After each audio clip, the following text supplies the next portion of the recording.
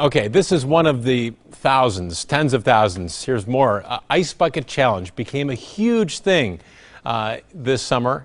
Families taking part all over the country. Many here in Wisconsin raised a lot of awareness and raised a lot of money for ALS.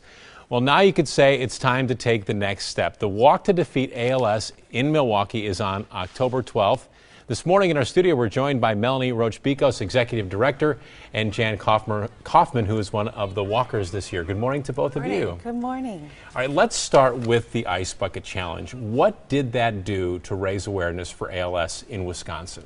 It was incredible. It brought so many people to realize what ALS is, and brought donors, brought contributors, and really brought the community together as a united front to fight ALS. It was phenomenal. And Jan, I appreciate you being here this morning. Would you share briefly your own experience with ALS? Sure. My husband was diagnosed in 1989, and he had it for 21 years, which is really unusual. When you're diagnosed, they usually tell you have 3 to 5 years. It's for Jeff, he was very athletic, so he noticed he couldn't hang on to a water ski rope. And then from there, so slowly he lost his use of his arms, legs, gets into the muscles of the throat, so you couldn't swallow, so then you couldn't eat, and he lost his speech, and finally went on a ventilator. But he was on a ventilator for 14 years. And why do you participate in this walk? Oh my gosh. Let me tell you, because we've been involved for 20-some years. We started, it was a very small group at our walk, and now we have, how many are going to be there? 6,000 people. 6,000 people.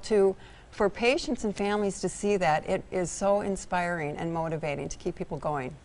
And the money that's raised here, does that stay in Wisconsin? The money that's raised from the walks stays in Wisconsin to benefit Wisconsin ALS patients and their families. So it's the idea of supporting one of their own, supporting and helping your neighbor.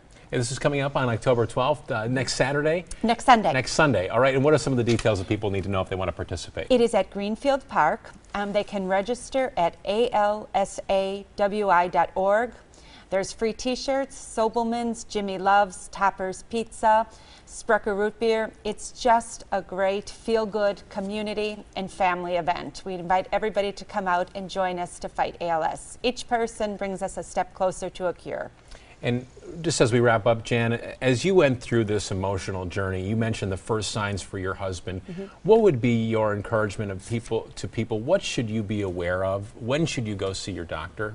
Oh, and you know, it's everyone is different, but when you start seeing symptoms, I mean, you see your doctor. It does take a while to diagnose it, though, because they really get rid of any other disease that you could be diagnosed with, and then when they can tell you it's probably ALS, I mean, you just don't want to throw that diagnosis out there because it is such a cruel disease. All right. Well, thank you so much for being willing to speak out about what you went through. I think that means a lot to a lot of people.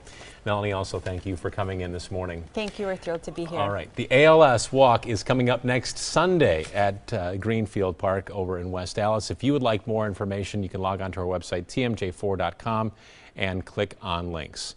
We'll be right back with our top stories on this Sunday morning. Live at